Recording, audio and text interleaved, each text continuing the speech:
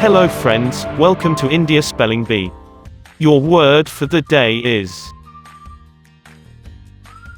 napkin. N A P K I N. Napkin. It is a noun. Let us find the meaning of this word now. It is a piece of cloth or paper used at meals for protecting your clothes and cleaning your lips and fingers.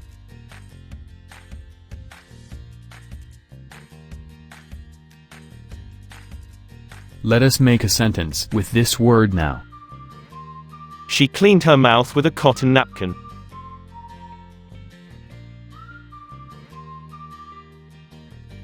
Thanks for watching.